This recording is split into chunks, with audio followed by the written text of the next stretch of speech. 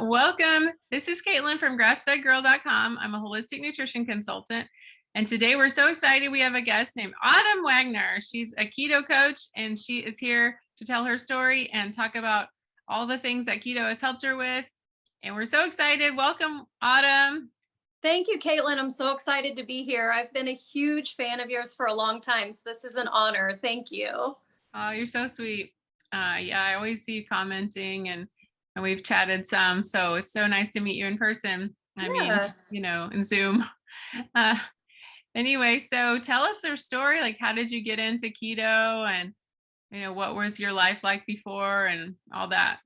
Sure. So my story can honestly go back to infancy. I was always a very sickly child. When I was a baby, I was very colicky. I didn't sleep well. I cried all the time. My doctors, I guess, diagnosed me with failure to thrive when I was about a year old or so. And I can remember my mom and dad telling me as I got older that the doctors even accused them of like not feeding me. So clearly there was a problem because I was being fed, but I just was not thriving. I wasn't growing. And as my childhood continued on, not only was I, just very small and sickly, I would get these weird rashes all over my body and had a lot of anxiety, tummy problems, and nobody ever really thought anything of it. And, I'm just a baby. I don't know. So I just kind of dealt with it and really brushed a lot of my symptoms aside until I got a lot older. So really it started from the very beginning. Right now, were you breastfed? I was not, no. And I was hoping you'd bring that up because I could have a whole conversation with you about that because I went through, breastfeeding my children, and I just have a lot to say about that because I do think it does make a difference. But no, I wasn't. So I wasn't breastfed. I come from a family with a history of chronic illness and diagnoses. I think that's important to note.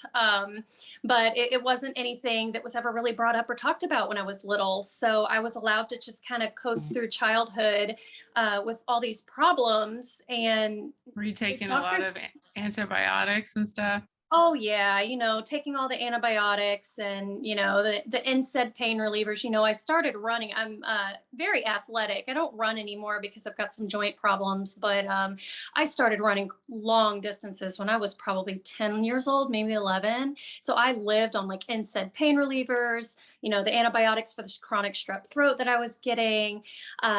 So all of that to say, I was already had sickly. Stress fractures. Yes, all this crazy stuff. And then I went through a very traumatic event in my mid to late teens. And I'll never forget it because when this traumatic event happened in my life, that is the day my severe GI symptoms started. Wow. They turned on like a light switch. And I didn't think much of it at first, but it never went away. I mean, that started when I was 15 or 16 years old, and it's something I still carry with me to this day at 38. So it's really crazy how things can just, trigger like that. But I think it was a process, a gradual process for me. So anyhow, real severe IBD type symptoms developed in my early or mid to late teens. And it still took many years for doctors to give me some real firm diagnoses. And never once was I consulted about my diet. I will say that. And I've been under the care of GI doctors for decades. And I'm excited to share, since I had my last interview with Carnivore Cast, that I've gone to a different GI doctor. I won't go back to him. But anyway, one thing I'll give him credit for is he's the first and only doctor after 38 years of my existence and my tummy troubles that actually immediately told me, you need to be off gluten, you need to be off dairy, and you cannot be drinking coffee. And I was like, okay, you were kind of a jerk, but thank you for at least bringing that up, because the doctors have just never brought that up. And it blows my mind. I mean, here I am, this woman with chronic diarrhea, IBD, I have celiac disease, anxiety, history of, all sorts of crazy stuff. And never once was I consulted about my diet or even asked, what are you eating, Autumn? So how was I supposed to know? So I kind of figured this all out on my own, to be honest with you. What was the kind of the switch? When did you start to realize maybe it was your diet? So, it was about, I guess it was 4 years ago when I got the celiac diagnosis. I ended up in the ER and it was really a scary experience. And up until that point, I already knew I had lymphocytic colitis. I actually got diagnosed with that in my late teens. So the problem with the colitis diagnosis was the doctors never looked for anything else, right? So they kept, just giving me these steroids and all these medications to try to fix my colitis without consulting me about my diet, mind you. They never worked, Caitlin. I just continued to get sicker and sicker. I went from being way skinny to actually having a weight problem and gaining weight, which was really weird for me because I was always a very lean and active person. But right around my mid 30s, I ballooned. I went from, my normal weight was probably around 120, maybe 130. I got up to close to 170 that I know of. My heaviest that I allowed myself to weigh was 168, which is heavy for me. I'm a very petite woman. I'm hardly 5'3". So I was gaining all this weight. I was so sick, and that spiraled into a whole other issue. I ended up having a lot of issues with anxiety and depression, not only because of the weight gain, which of course my habits were causing the weight gain, but so is my illness. But it just caused me to really just go deeper into this dark place where I was practicing some really self-destructive habits. And a lot of those for me were food and alcohol. It was a huge problem for me. So one night I got really sick. I actually thought like I was having a pancreatic issue, or I don't know. I felt like I was going to die, to be honest with you. And my husband took me to the hospital, and long story short, after a lot of testing, that's when the doctors diagnosed me with celiac disease at 34 years old, after me suffering since infancy. Hello. But anyway, so I went gluten free. That's what they tell you when you have celiac. They're like, well, go gluten free. Okay, so I went gluten free, but I was still eating all of the processed gluten treats, the pastas, the breads, the gluten free oats. If it was a Hershey bar, okay, that's gluten free, so it's fine. Sounds good. Yeah, right. I mean, I was living the dream, eating all this crap and still drinking alcohol. But it was Tito's, so that's okay because it's gluten free, right? Oh, okay. So I let that go for like another year, and I just kept getting fatter and fatter and sicker instead of better. And I was like, there's something else going on. There's another piece of this puzzle that I'm missing, and this is not working for me. At that point, my joints ached so bad. The only thing I could do was suck up enough energy to go to work and pretend like everything was okay, to see my patients and get through the day. And then I would go home, lay on the sofa, put a heating pad on my bloated belly. And you were dental hygienist or Dental something? hygienist, Okay. yeah. So I was a dental hygienist for about 16 years. So that's all I could do. I had no energy to spend time with my children. Certainly couldn't be athletic. I stopped going to the gym because I was in pain all the time. I was drinking too much because I was depressed about being in pain, which of course was making it worse. And I was like, this isn't helping. But the medicines my doctors are giving me are not helping. I'm continuing to gain weight. I'm depressed. My joints feel like I'm a 70-year-old woman. It was just depressing, and I knew something needed to change. So about a year after my celiac diagnosis is when I found the keto community, and something just clicked. I started reading Maria Emmerich's blog. I think is the first exposure I had to like real, true, clean ketogenic eating. And I just went all in. And I have such an all in personality. I am all or nothing, which I think is why carnivore now works for me very well, because I am very like, I will do everything the right way and very passionately. So, but that's where it all started. So, yeah. That's great. I mean, were you just Googling, or you were just on Facebook, or you don't I'm remember? sure I was on Facebook. I've always been just kind of social media. I just like to follow people. And I'm such a reader and just a digester. I like to read information and take it in. And I just stumbled upon it one day. But yeah, I don't know what about her particular, approach initially caught my attention. I think it was because it was more focused on health and not weight loss. I knew I needed to lose weight, but to be honest with you, this whole journey to health that I've now achieved was because of my health. It was not because I was overweight. I was ready to get off that sofa and spend time with my family and be happy. So I felt like that approach was going to work for me with like the Maria Emmerich style of keto. So I just went all in, and I did it very, very beautifully and consistently for a few years before I eventually found carnivore. What do you think is different about Maria's approach that is different from other keto evangelists? Well, there are a lot of them, and there are a lot of opinions, and I respect them all, to be completely honest with you. While I am extremely, extremely passionate about clean ketogenic eating and definitely carnivore eating, I'm also very passionate about individuals finding what works for them. So I want to say that first off. I think the reason I latched on so closely to the Emmerich's approach initially was because it was so health centered. And for me, coming from a background of having some alcoholic tendencies, definitely disordered eating issues, to just kind of eliminate all of that and not make the excuses like, oh, well, you can have, this low carb alcohol, or, so many keto approaches kind of ignore that. Like, I've seen some huge keto accounts that, don't even consider oxidative priority, for example. Well, that matters. It's a big deal.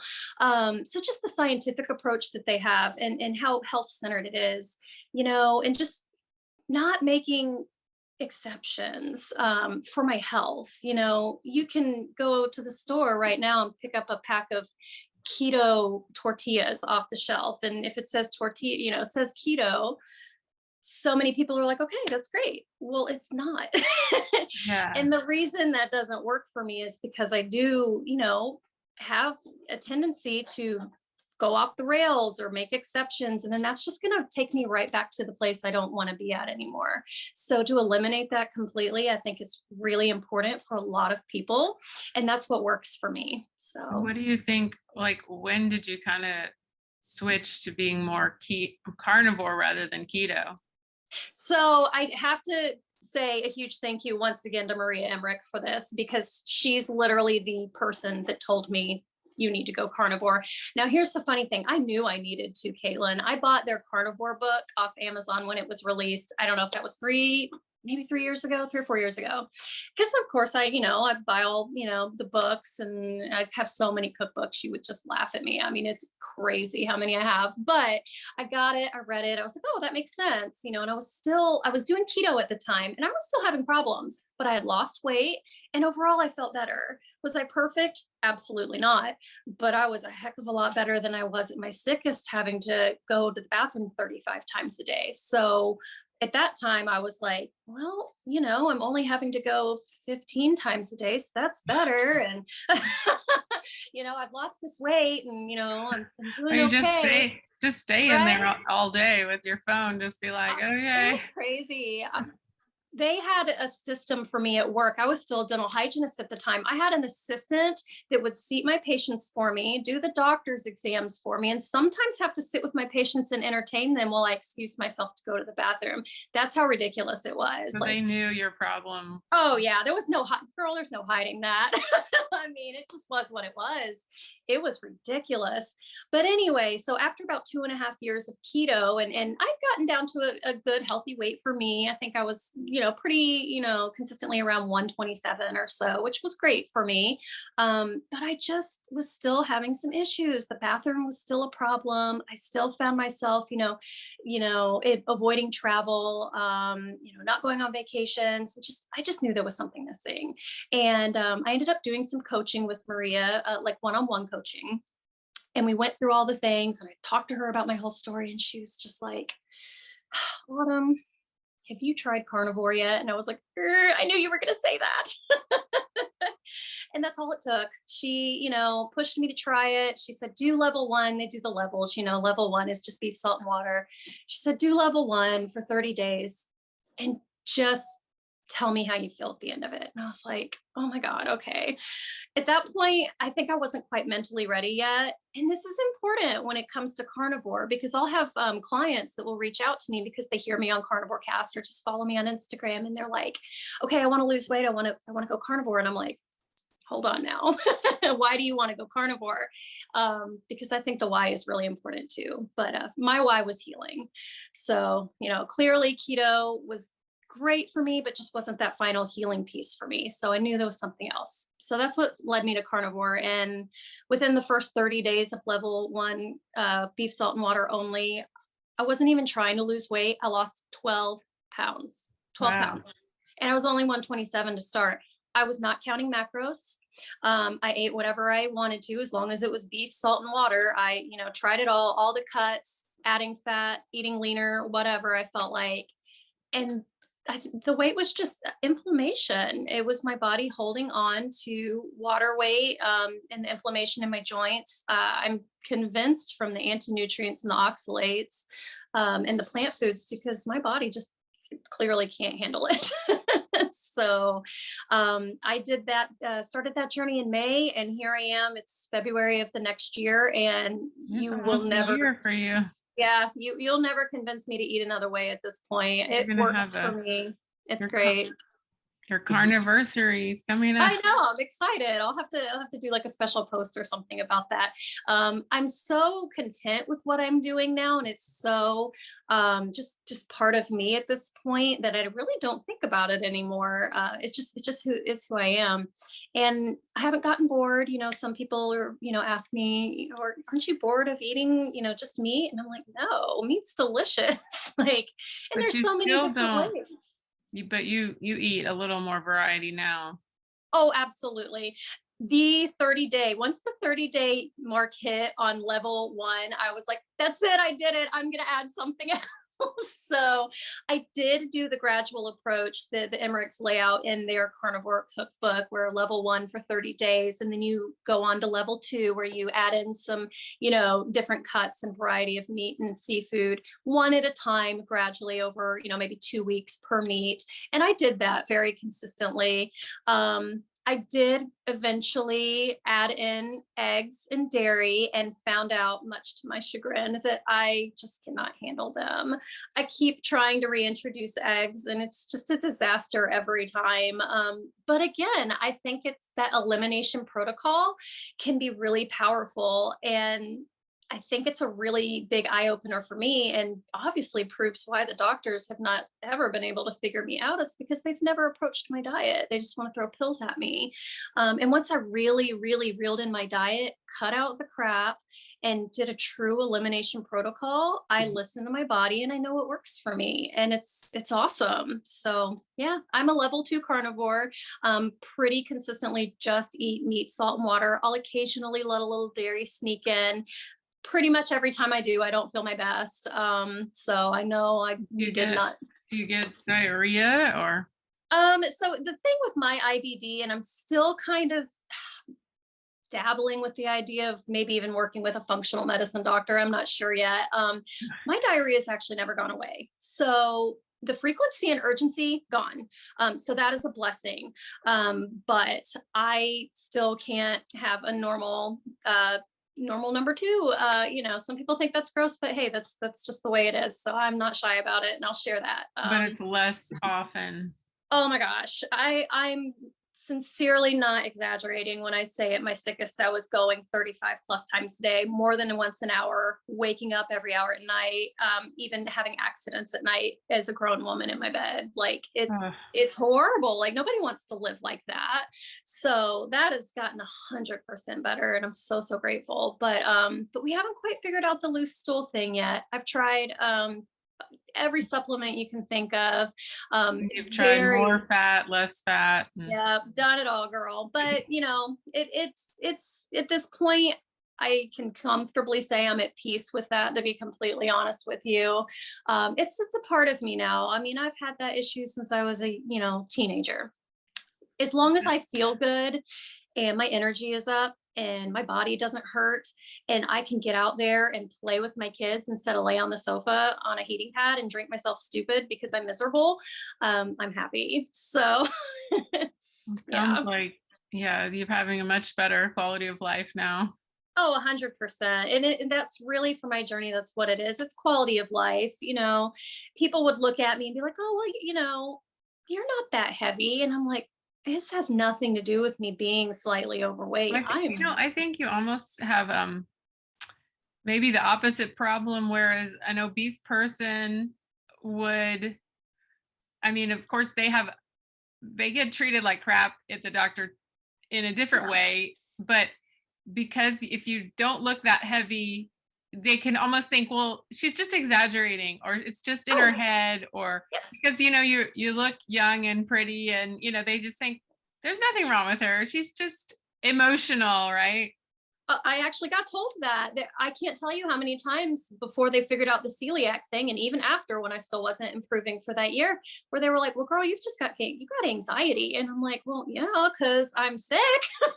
They're Like like, I want you to something's wrong spend with your whole me, day in the bathroom and tell me you don't have anxiety. Like, right? you're at work and you're trying not to poop your pants. That's a great feeling, right? Let me tell you, that's not pleasant when that happens either, because let's get real. It happened in front of patients a couple of times. Like, who wants to live like that? And then, So, yeah, wait, it's all in your head, right? yeah, yeah, it's just that anxiety, girl. You gotta calm down. So, Yeah. anyway, I could talk forever about that. But no, I think I think my story, if nothing else, it just is so telling and so important to get it out there and share it, because my story is really proof that just taking a second to stop and evaluate what you are putting in your body matters, and it matters so much more than anyone wants to admit. And I think that's what I'm the most passionate about, especially being a mom. And I've thought about you being a mom, a newer mom at that.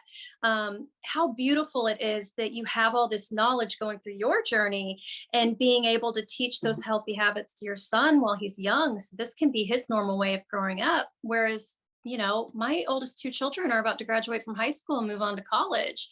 I just figured all this stuff out in the last 3 or 4 years. So, you know, they're a little bit of a lost cause, I say. Who knows? They might figure it out on their own one day. But I have some guilt because I didn't breastfeed my first three kids consistently. I fed them complete junk because I didn't know any better. I just what everyone did. And now my three oldest children each have their own set of diagnosed issues that some of it's genetic, but I am completely convinced that some of it's diet related. And I question, had I done things differently, would they have these issues? I'm not sure. I'm not sure. And I think it's telling that my youngest daughter, she's 8, she's just precious. I did exclusively breastfeed her from You have infancy 4 until, kids? yes, I do. Yes, I've got the two seniors. They're 17, almost 18 years old. They're identical twins, a 12-year-old and an 8-year-old, all girls. But my 8-year-old, I exclusively breastfed. We never fed her processed baby food or grains. I made her baby food and just fed her, like you do with your little guy. She is the healthiest kid I have ever had. She is robust. She is never sick. She's just like she's just so healthy. And I'm like, this is not a coincidence. There's Yeah. no way. So anyway, Makes it's a been difference. But if you're the good example, your older kids, they'll come around when they get sick of being sick and tired, they'll come around and say, Mom, what should I do? So I you know, you I just have know. to And be the you just plant the example. seeds. You just plant the seeds, and that's all I can do. I mean, they've got their cars and their jobs and their little lives now. And, sometimes when they will come to me, one of my daughters has Tourette's syndrome, and she has the most rare form where she has vocal and motor tics at the same time. And sometimes they get really, really extreme. And I'll be like, Summer, looks like you're having a pretty bad day with your tics there. And she's like, oh, I know, it's so annoying. And I'm like, well, what'd you eat today? And she just looks at me and rolls her eyes because she knows she shouldn't be having the coffee and the sugar and everything. And Mm, yeah, but I probably. can only control what's in my house, and I do only feed my kids clean, more ketogenic. That I don't expect them to eat carnivore. I mean, they eat plants and dairy and all that, but I flat out refuse to bring grain and sugar and processed garbage in this house, and they know it. So they deal with it when they're here, but they go to their dad's half the time, so that's a whole other situation because Okay. me and dad aren't on the same page. So at least I know they're eating well when they're with me. But yeah, so they've watched my journey though, and they've all in their own time and in their own way expressed how grateful they are that I've been able to get healthy, because I was so checked out 4 years ago. It was terrible, and now I'm very present in their lives and attend all their activities, and I'm feeling great. I actually work from home now, which is awesome for everybody, and so yeah, it's great. That's great. Sounds like you're a much better mom now. Yeah, I would definitely. I will 100% absolutely agree with you there. It's impossible to be the best mom you can be when you're not taking care of yourself, and that's really important. And I talk to my clients about that too, because we do all have that mom guilt, like, okay, well, we need to pour everything we have into our kids and our spouse and our families. But it's great if you do that, but if you're doing that and ignoring your needs, that's a problem. And that's what I was doing. I'm a people pleaser by nature. I am a perfectionist, and I did everything I could to dump literally everything in my soul and being into everyone but myself for so many years that I just let myself fall apart. And when you do that, you really can't be there for the people you're trying to be there for. So yeah, I'm much more present, obviously much happier, and able to just enjoy life and enjoy my kids. And yeah, it's great. So, what if you had what I'm sure you have clients all the time. They come and they say, I just can't lose weight. I've tried everything. What do you do? Yeah, well, I think the first thing that's really important is to see what they're doing. I always ask for a food diary, like give me, a week of, and don't lie, just tell me, I'm not judging. What are you eating?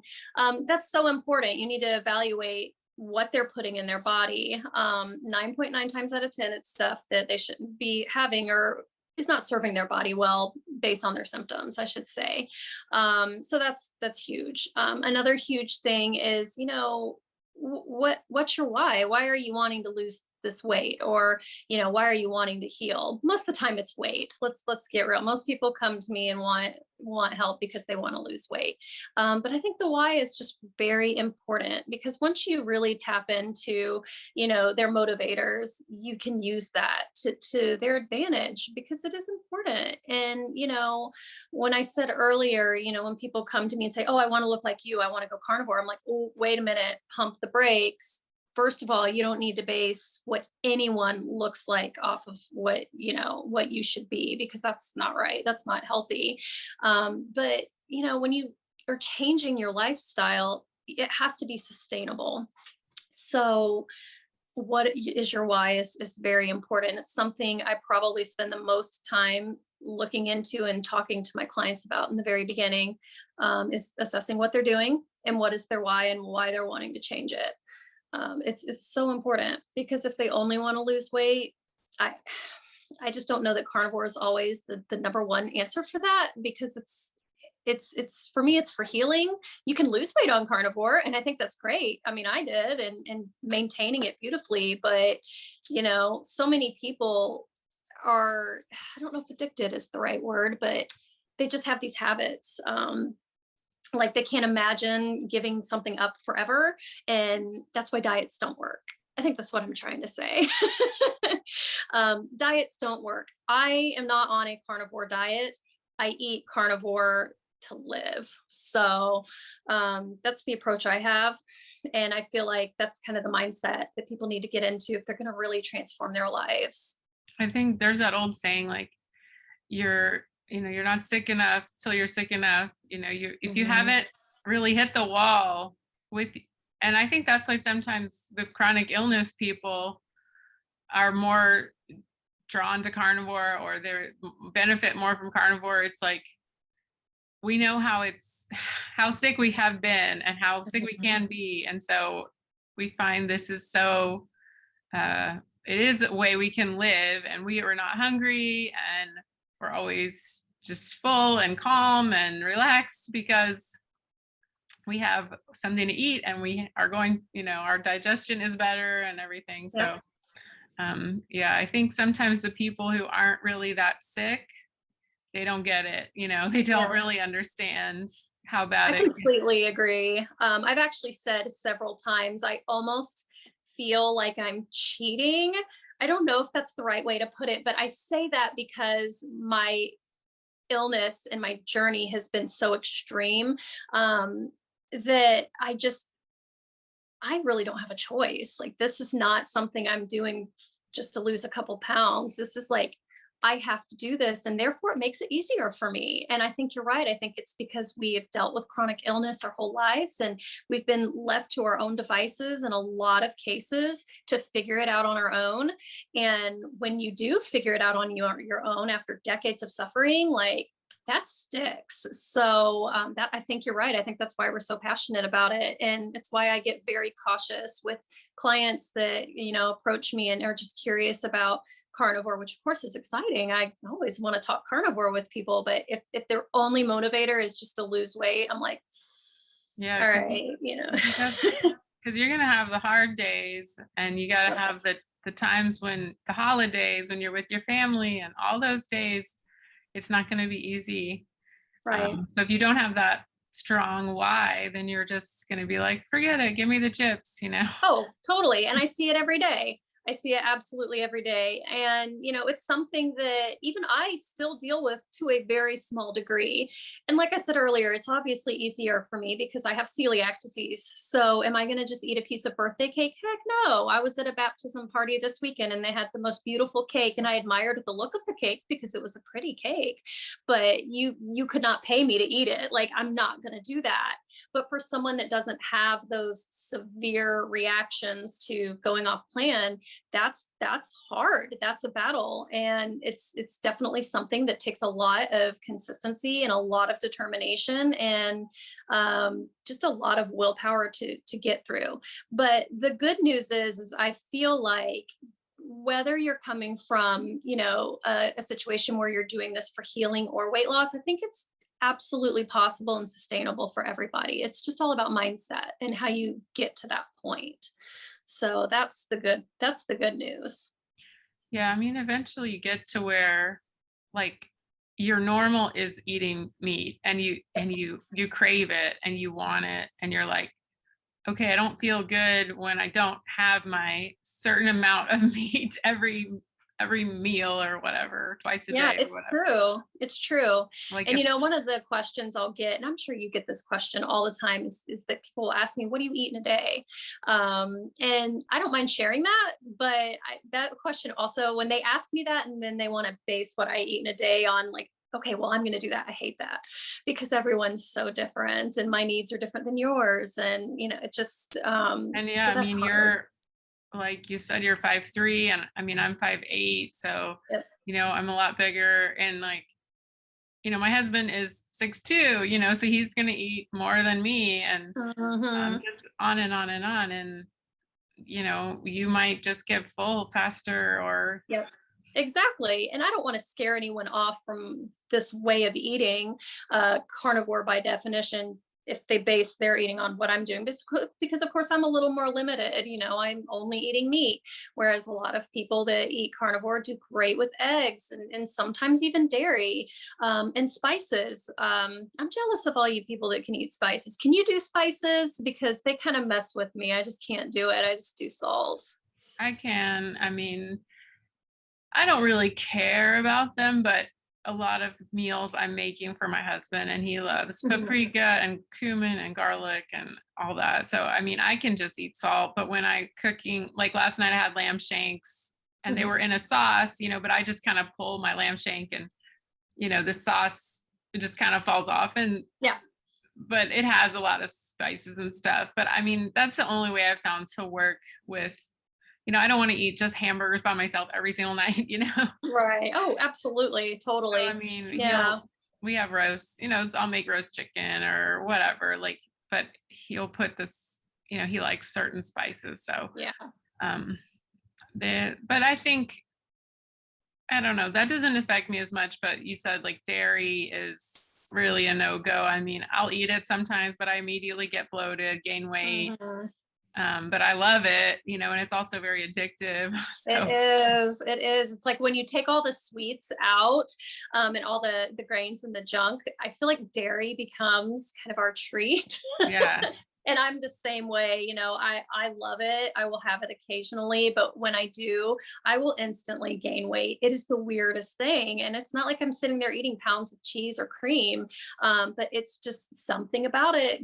I don't know if it causes inflammation. That's probably the most logical explanation, but yeah, so I just have to watch it. But I love to cook. Actually, really, I think I have found you in the Emmerich's Carnivore Cookbook because you have a little quote in there, and that's where I found your account. But I saw your older cookbooks and your cooking for your husband and everything. And I love to cook and I love to use spices and lots of different ingredients. So that was fun for me to see someone like you, have this carnivore diet situation going on, but also still enjoy cooking and being around all those foods because I enjoy it as well. So yeah.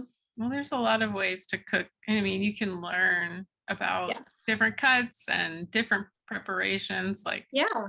I mean, you can do sous vide and all kinds of stuff. I mean, Oh, there's lots of ways absolutely. to. Yeah. And it's been really fun. A lot of people who start this journey might get bored very, very quickly. And I think it's just because they're not exploring with the different cuts and the different preparations. I mean, how many ways can you cook up first of all, how many cuts of beef are there? A ton, right? And then how can you cook all of those? Now I've gotten lazy. I've gotten very dependent on my air fryer. I'm not gonna lie. But it just works for me. So I'll throw the meat in my air fryer and I'm usually pretty content, but I love to smoke. I have a huge smoker grill, especially when the weather gets nicer. I'll throw all kinds of stuff on that smoker and I'm just in hog heaven. I love it. So I still get to enjoy cooking.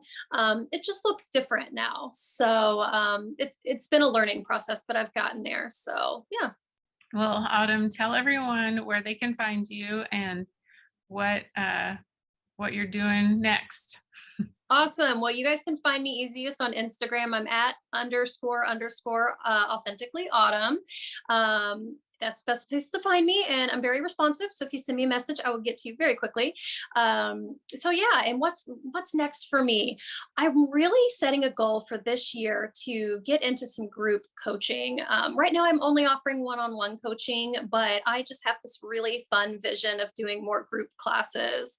I think it'll be really fun to get lots of different people together and just bounce ideas off of each other and share our stories. And I think that would be really inspiring. So look for that coming, hopefully sometime this year. I'm a very busy mom, as I said earlier, so I'm trying to juggle the 4 kids thing into that, but I will get there. So Awesome. Well, it's been great talking to you. I'm sure this will help a lot of people who suffer with digestive issues. yep. So thank you so much. And we will stay in touch. Talk to you soon. All right. Bye, Caitlin. Thank you. Make sure and subscribe, share with a friend, leave a comment down below. Thank you so much. Bye.